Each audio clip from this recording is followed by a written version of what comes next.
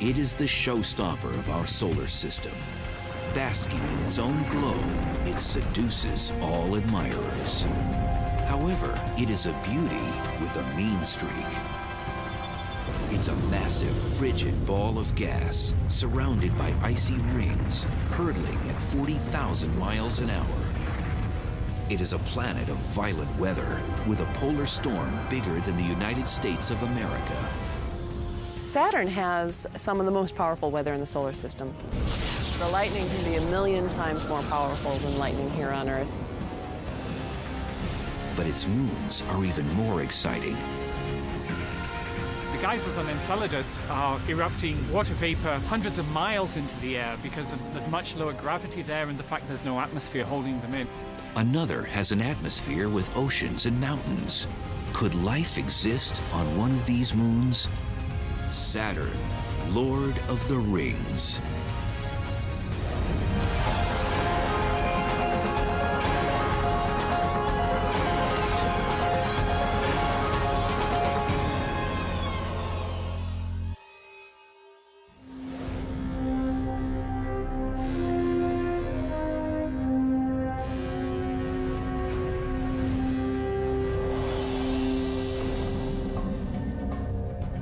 If there is one planet that represents the majesty, mystery, and awe of the universe,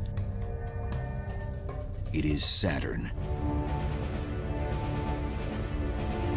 It stirs emotion, even from scientists who are stunned by its cosmic perfection.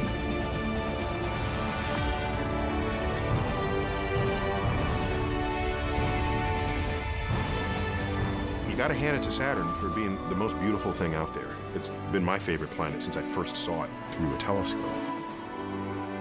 While it looks sleepy and serene, the sixth planet from the Sun is anything but.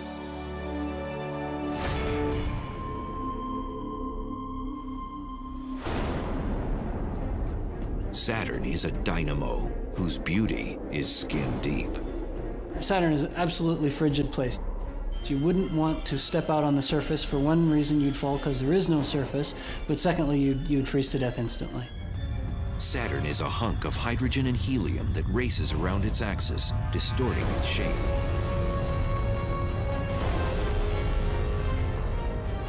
When you watch a professional toss a pizza, as it spins around, it flattens out. So it's the same kind of idea. Because it's spinning so rapidly, it's actually sort of squashed, sort of bulges in the middle. It's called an oblate spheroid. Even though it's much more massive than our own planet, you'd actually weigh slightly less on Saturn than you do on Earth. A 150-pound human would weigh only 137 pounds on Saturn. That's because Saturn has such a low density, the only planet in the solar system less dense than water. Saturn is so bloated, the gases take up so much space compared to the total amount of mass in Saturn that its density is less than 1. So if we could get somehow some really big ocean and put Saturn in it, it would float.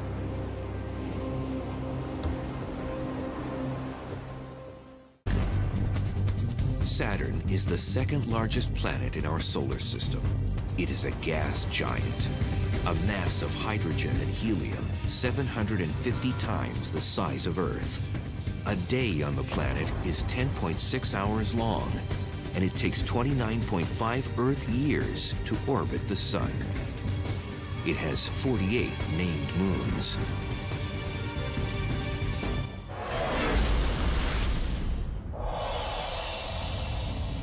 Saturn has been around for 4.5 billion years.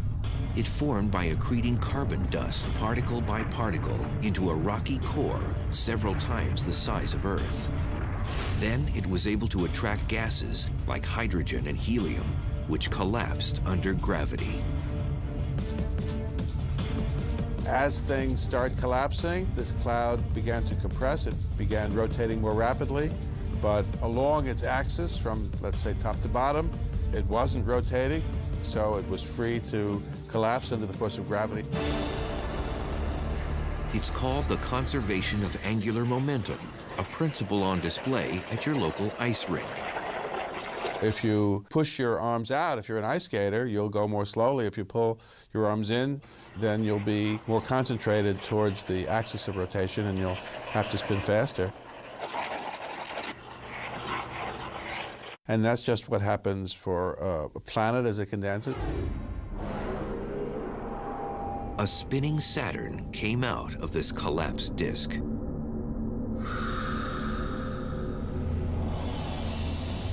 The feature that has made Saturn the most iconic planet in our solar system is her majestic, shimmering rings. They are incredibly big, 173,000 miles in diameter, wider than 21 Earths side by side.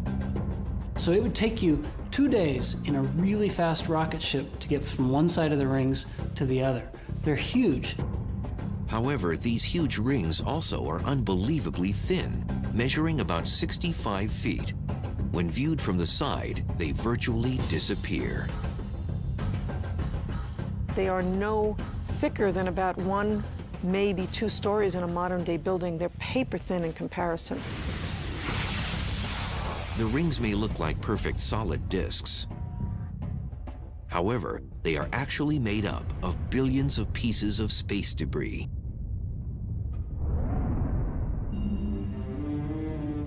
But what exactly are they? They are countless icy bodies that range in size from objects as big as houses all the way down to the finest powdery snow you might ski on in Utah. And they're made of water ice. They're particles that have been pulverized, so they've smashed into each other. They've broken up into many, many little particles.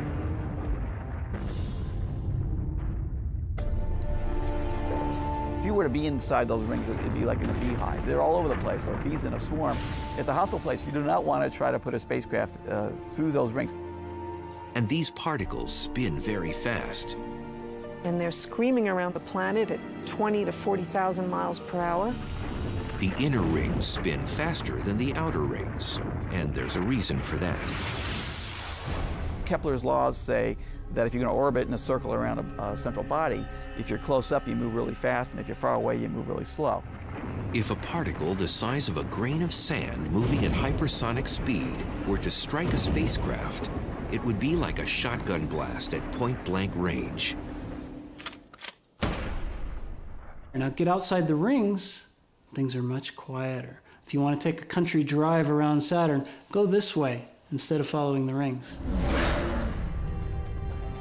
Why the rings are there is one of the planet's great mysteries.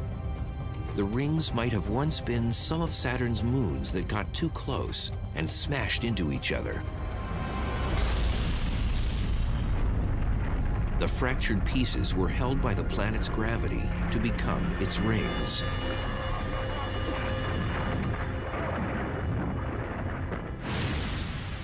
According to another theory, something big and fast might have crashed into one of Saturn's many moons.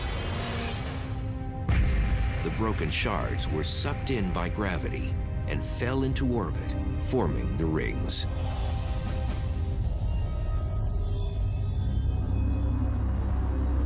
Although scientists disagree as to how the rings were formed, they do agree as to who first studied them. In 1610, the Florentine astronomer Galileo Galilei first noted the rings of Saturn. He saw these little things sticking out on the side of the planet. He had no idea what they were. So like any good astronomer, Galileo kept a journal, and he wanted to write into his journal what he had seen, but he didn't have a word for it. So in his journal, right in with the words, he drew in a drawing in place of a noun, and this is what he drew. Here's Saturn, and here's these two things. Unfortunately, Galileo never really figured out what it was. We had to wait for a later astronomer to do that. 45 years later, a Dutch physicist, Christian Huygens, had an answer. He knew that there wasn't just one ring, but several giant rings. Today, there are 7 known ring regions. There's the A ring, the B ring, and the C ring. So those are the three main rings. There is a ring interior to the C ring called the D ring. And once we got there with Voyager, it showed us the F ring in all its glory. And then there are some diffuse rings outside, the E and the G ring. Each of these rings has a different personality. The A ring is almost transparent, which is why light easily passes through it. The B ring is dense, chock full of material. The C ring is even more transparent than the A, while the D ring is barely there. There's a lot of neat things in those rings, so you can't think of them as a homogeneous body. You got to think of each particle inside those rings and what each one's doing. These distinct qualities are what we see as colors, shapes, and shadows, the wonder that is Saturn's rings.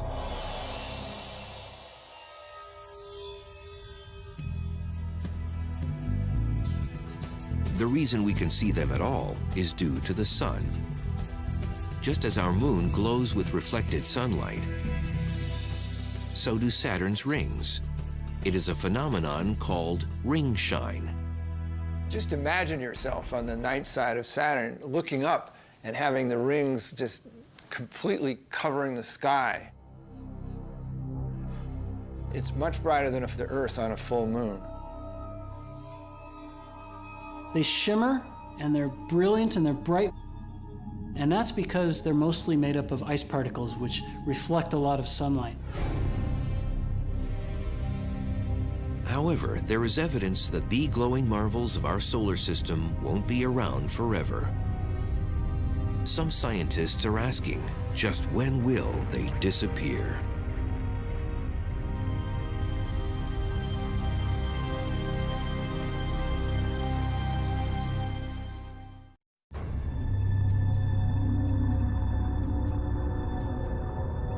For all scientists know about Saturn's rings, they remain a huge mystery. When they appeared is a point of much debate. Scientists used to believe that the rings were formed at the same time as Saturn, 4.5 billion years ago.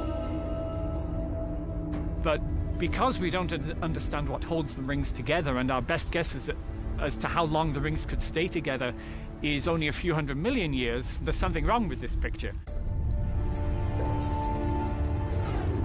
There are reasons to believe they're no older than a few 100 million years old. Those reasons lie in trying to estimate how much erosion is taking place on the rings because of the hailstorm of micrometeoroids, small, tiny bodies that, particles that come in at a tremendous speed and chip away at the rings and therefore erode them.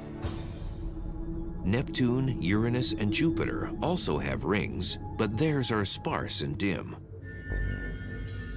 Saturn's are bright and full, leading scientists to suggest that they haven't been exposed to erosion for long, and therefore are relatively new. But does this gradual erosion mean that Saturn will lose its most magnificent feature?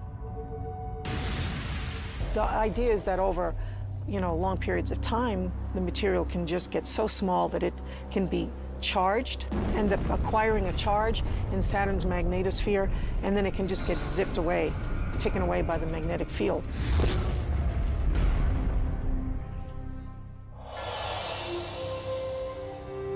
Or it just spirals into Saturn itself. That is a scenario for the death of the rings, is that they finally get eroded away. In order for Saturn to continuously have rings, they need to be refilled.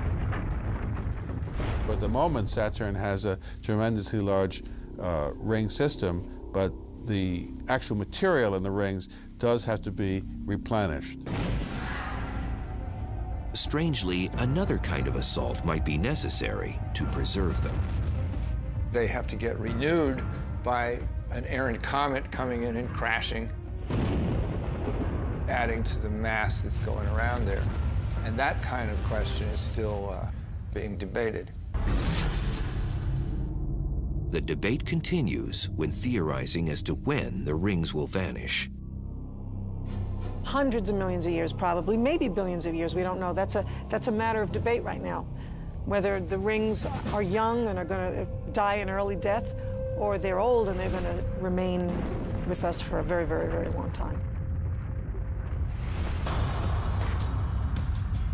Of Saturn's 48 named moons, there are small moons called shepherds, for good reason. They have gravitational pulls that help keep the rings intact by herding the particles. Saturn's experts are interested in the complicated choreography between the planet's moons and its rings. The contorted F ring is especially intriguing. And then there's the two shepherd satellites on either side, Prometheus and Pandora. And they are having gravitational effects on this ring. It's being tugged in a variety of directions. So it looks wild and, misbehaved, if you will. And it's a dynamicist's playground. I mean, we're very, very interested in watching what happens to the F ring because it tells us how moons interact with rings. Saturn mesmerized civilizations as early as 700 BCE, when the Assyrians took note of it sparkling in the distant sky. Hundreds of years later, the Greeks gave it a name, Kronos, after the god of harvest, possibly due to its position in the sky during harvest season. The Romans' god of agriculture was Saturnus, which is why we call it Saturn. They also named a day of the week after him, what we now call Saturday. However, had the Romans actually seen the planet close up, they might have named it for the god of weather.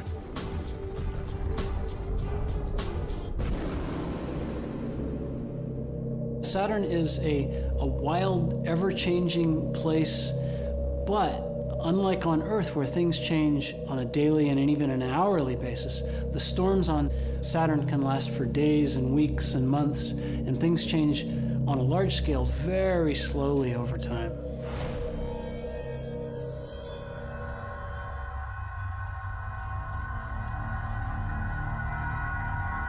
The discovery of this violent activity on Saturn came as a surprise to experts. For centuries, their view of the planet had been obscured by an ammonia gas haze. New satellite data is changing everything. And we see now that Saturn is a dynamic place. It's been revealed now as being probably more dynamic in a lot of ways than Jupiter. Just the number of storms we see, the motions that they do. Incredibly, winds blow at speeds of 1,000 miles per hour. We measure the winds literally by watching the different little cells of the atmosphere move in imaging. So you need sequential images to see how much things have moved. There are new mountains on the surface of Saturn. It's cloud features that we look at to see how quickly they evolve and change and move to measure the winds. Recent exploration has shown other phenomena that aren't yet understood. We can see features, clouds, eddies, big plumes of material like we see on Jupiter. And we see these oval storms, lots of them. In fact, there's one latitude in the southern hemisphere where lots of storms zip around this band, okay? And we've watched them be created. We've seen them die. They die by merging. Scientists nicknamed this area Storm Alley, after a region in America's Midwest that produces violent weather.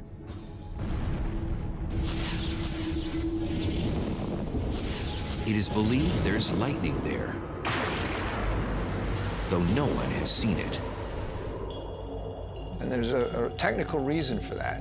To see the lightning, you have to get around on the night side, and because the lightning flashes aren't all that bright, and so you need the darkness. But the night side of Saturn is very bright because of all the ring light that shines down on the night side of Saturn, and so it's very hard to sort the lightning from just puffy little clouds. The hellish weather on Saturn has one more astounding surprise. And it's a true monster. One of the freakiest storms on Saturn was this hurricane-like thing that they found down at the South Pole. Now, this storm is bigger than the United States. The Great Red Spot on Jupiter is merely hurricane-like. That storm doesn't have an eye wall. However, the South Pole storm has the characteristics of a terrestrial hurricane, including an eye wall, making it the only such storm on another planet. It's not clear that it is a hurricane in every sense, like we have here on Earth, but so far the morphology of it looks very much like a hurricane. That was very exciting. Everyone got very excited about that. It even surprised us. And you can see right down into the eye, just as you can with a hurricane on Earth, and they can see farther into Saturn's atmosphere than they've ever been able to see before. So this thing is literally a window into Saturn. And it's amazing to see something so similar to Earth on Saturn, and then find out that we can actually do some science because of it. The South Pole storm measures 5,000 miles across. That's 2/3 the diameter of the Earth.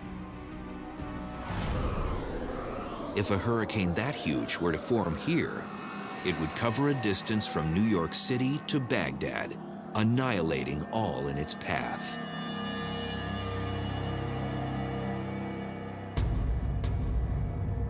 It's basically a swirling vortex of air that is centered around a hole right at the center with a walleye around it.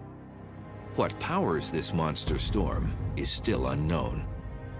And the winds are stronger on Saturn than they are on Earth, which is a puzzle in itself because Saturn gets so little energy from either the sun or from its own inside. It's centered around the south pole of Saturn, rather than being, in the equatorial region like a hurricane on Earth would be.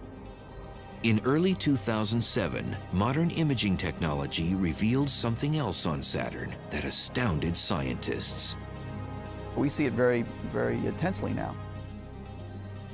It's something big, something strange, and something never seen in the universe before.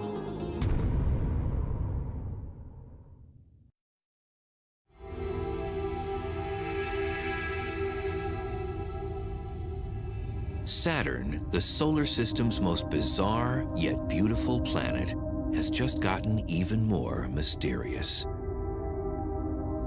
In 1979, the Voyager spacecraft showed a perfect geometric form over the North Pole.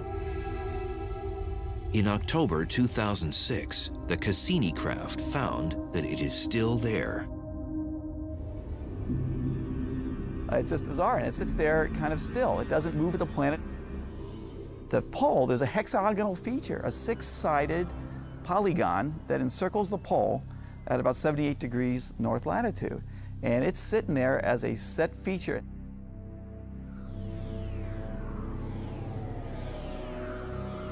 The hexagon is similar to Earth's polar vortex, which has winds blowing in a circular fashion around the pole.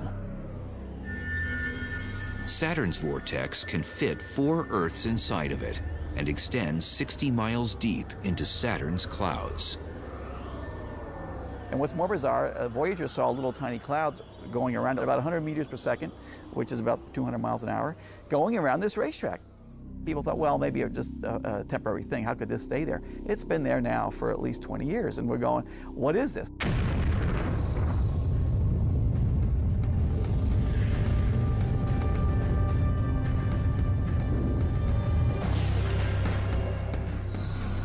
If you go there, you're going to enter these thick clouds. And the deeper you go, the more intense the pressure is going to get, to a point when you just implode.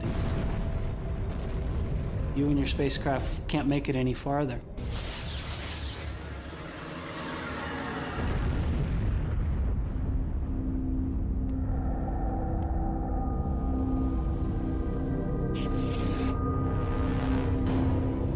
For now, visits to Saturn's orbit are reserved for unmanned spacecraft.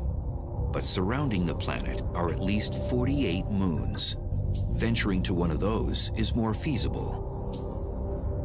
What's interesting now that we're going to the planets is that we're learning that in some ways the moons are where the action is. We've already been to one of them. Titan is the only moon other than our own to have been explored. The event was beyond significant. On January 14, 2005, science fiction became fact. As part of the ongoing Cassini mission to Saturn, the unmanned Huygens probe descended onto the surface of Saturn's biggest moon. Titan lives up to its name. It is the size of the planet Mercury. In fact, it is the second largest moon in the solar system, 50% bigger than our moon.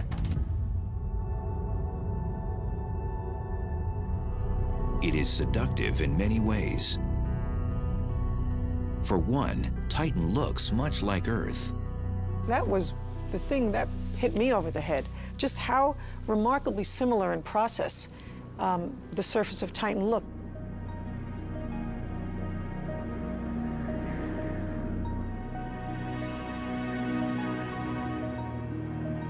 We have river channels that feed into these lake beds. We have winds.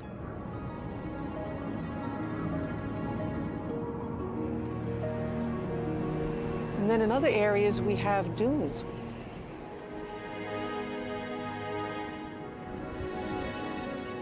The equator region of Titan, at least on one side where we've gotten good radar imagery, has hundreds and hundreds of miles of these dunes that are 100 meters high, several miles apart, and they just go on, this vast sea of dunes.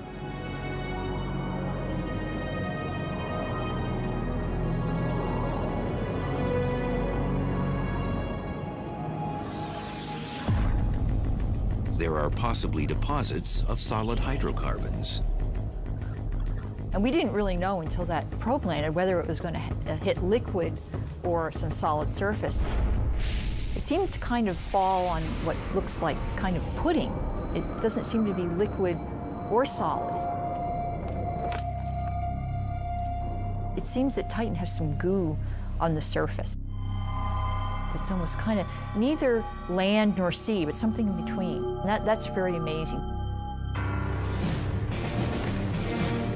Amazingly, Titan, like Earth, has an extended atmosphere. No other moon does in our solar system.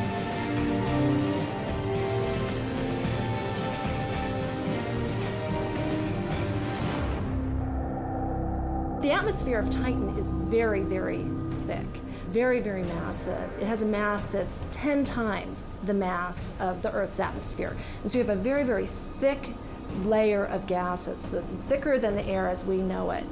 The particles in the air are also very small, and so I would characterize them more as a haze than as a fog or clouds. The haze is 200 miles thick, resembling something else on Earth.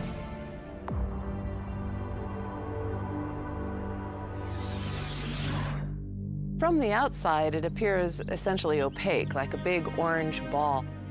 But as the Huygens probe descended through the atmosphere, it's transparent enough to be able to see the surface features as it fell through.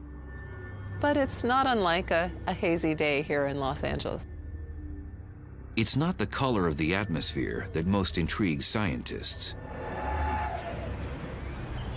It's the composition.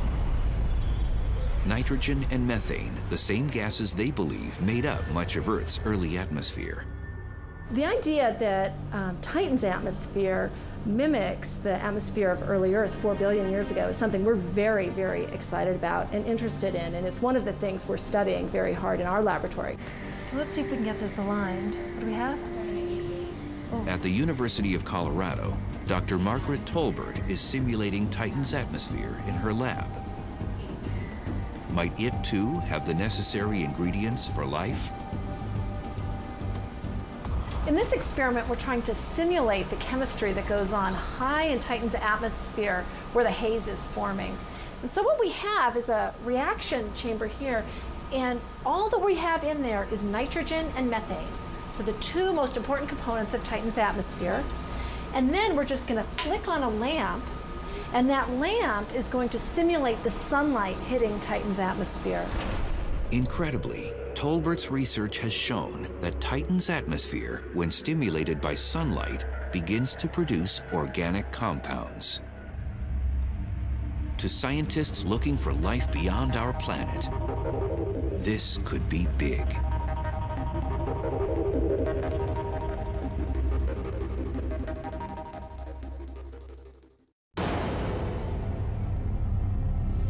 As scientists scour the galaxy for signs of life, there are some exciting results from within our own solar system. Saturn's moon, Titan, seems to have the necessary ingredients. Testing at the University of Colorado has shown that when sunlight interacts with Titan's nitrogen and methane-rich atmosphere, organic compounds are created. So these organics are floating down to the surface of Titan, and you can see them in the pictures, and who knows what they're doing once they're there. They could be providing energy to some new kind of life. Further research is needed to determine if there really is life on Titan, or if it might someday develop. Although its atmosphere resembles early Earth, the environment is vastly different. It's cold. It's 300 degrees below 0 Fahrenheit, and there's no liquid water. So that's a big difference between early Earth and Titan. The lakes and riverbeds on Titan were carved out of the ground by something. There's no liquid water on the moon, so what flows on this terrain? The hills on Earth are made of silicate rocks, whereas the hills on Titan are ice and methane ice. The river channels on Titan are formed by methane rain, as opposed to the Earth river valleys formed by water. Liquid methane, it seems, rains down on Titan, or did at one time. On Titan, it is so cold that gas has liquefied, and there are coastlines and rivers and all this terrain shaped by moving rivers of methane. It's just completely intriguing. Methane is the principal component of natural gas, butane, and propane, all sources of fuel. There's a lot of hydrocarbons. It might be very light hydrocarbons on Titan. And there's a lot of it. And it burns if you put it in contact with oxygen. So there's a lot of energy out there. Enough on the surface of this huge moon to supply all of Earth's needs for a very long time. Well, here's this tremendous supply of natural gas on Titan. Boy, wouldn't it be great to go out there and tap into it and bring it back? But I think that you would find that it would cost you so much to go out and get the methane and bring it back that you would never be able to effectively power anything on Earth with it. While Titan is Saturn's largest moon, one of its smallest may be even more exciting. It's a brilliant ball of ice and rock called Enceladus. It's a tiny object. It's only about 300 miles in size, so that's what, about the eighth the size of our own moon. And we've never seen a body that small that has activity on it. This activity was discovered in 2005 by Dr. Carolyn Porco and her Cassini imaging team. One photo seemed to suggest that jets were coming out of Enceladus. It seemed very likely to the members of my team that it's possible that these jets are actually geysers. They're erupting from pockets of liquid water not too far beneath the surface.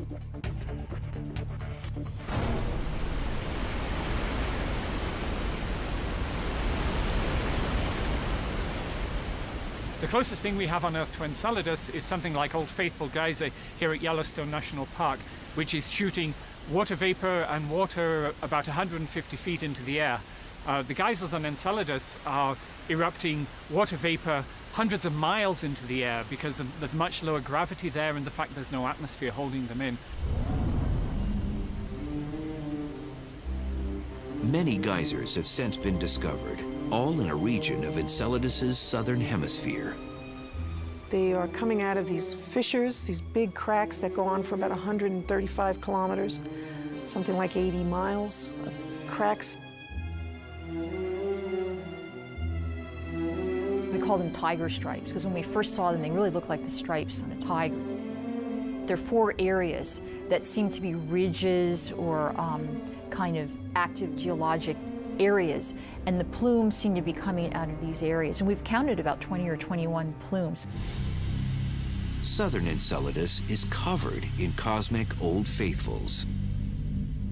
Who would have thought that an ice ball about the size of Texas would be alive with plumes and geysers? I mean, it's astounding. Enceladus is heated in its interior by the tides of Saturn. The Earth's moon is pulling on the Earth's oceans and distorting their shape and producing the tides that we're familiar with here on Earth. But on Enceladus, the planet Saturn is pulling on that moon, and as Enceladus goes around in its orbit, that pull is changing, and the ice inside Enceladus is creaking and groaning and rubbing against itself and creating a lot of heat through friction. We think it's that frictional heat that is producing the evaporation of the water ice that is then escaping through these cracks and making the geysers that we see there. And there's more. Enceladus's eruptions have clarified a theory of what powers one of Saturn's rings. We knew there might be jets, something coming from the surface that was injecting material into orbit around Saturn to form the E-ring. The E-ring is furthest from the planet, about 74,000 miles away.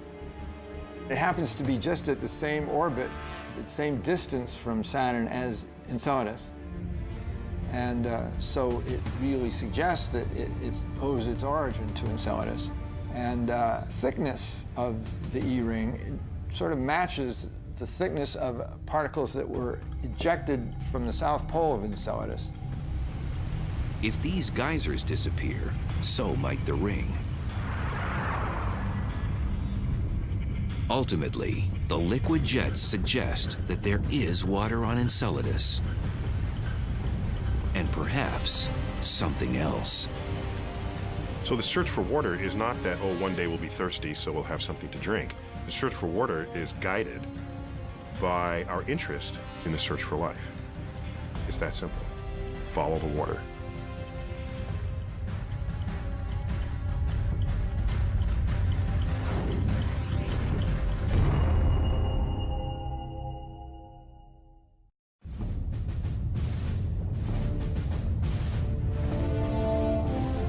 Saturn's moon Enceladus is one of the most exciting and least understood places in our solar system.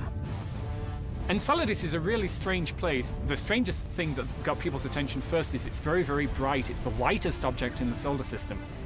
And we now realize that it is covered in freshly fallen snow, which is the ice that's fallen back from these geysers onto the surface.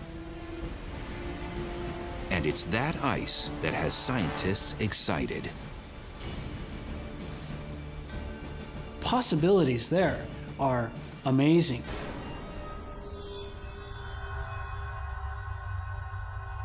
The search for water in our solar system is ultimately a search for life. You look for water in the hopes that maybe there will be life. Because of the presence of ice, some experts believe the search for alien life should begin on Enceladus. It has a lot of other molecules in it, a lot of other exotic things, which show us that there's probably aqueous chemistry going on underground. So there's a lot of little percolating kind of chemistry going on, and maybe you could get biology, maybe, and so maybe we should go look. This is kind of the holy grail of modern-day planetary exploration, to go and seek out those environments in the solar system where life might possibly have gotten started, and we just stumbled upon it. Is that exciting? You know, I mean, of course it's exciting. It's the kind of thing scientists live for. We know the composition of the gases that are coming out because we've flown through them with the spacecraft, and we've got the composition including carbon and nitrogen and all those goodies that you need to make life. And then we know there's a source of energy from the frictional heat or the tidal heat in the interior, and we can see the heat on the surface. So all these elements are there that might be sufficient to sustain life if life could have got started there. So that makes Enceladus a very exciting place.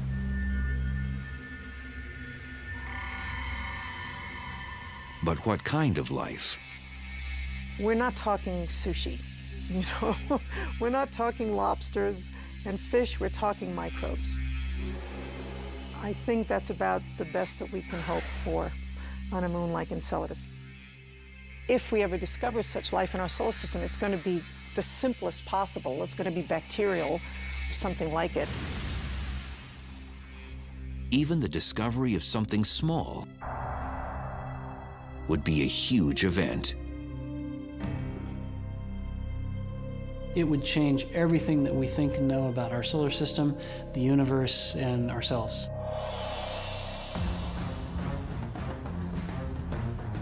Much of what is known about Saturn and its moons has come from the Cassini satellite that was inserted into the planet's orbit in 2004.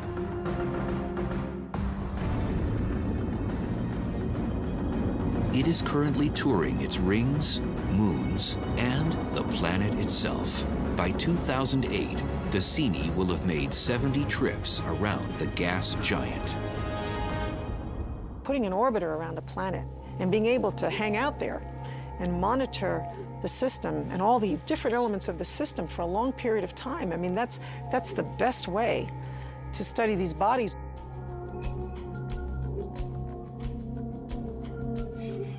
Scientists on a daily basis process the information sent back from these close encounters.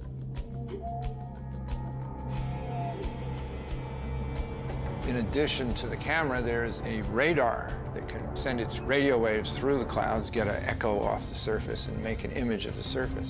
And then there's spectrometers to measure the composition and other infrared devices to measure temperature. So it's a very comprehensive spacecraft.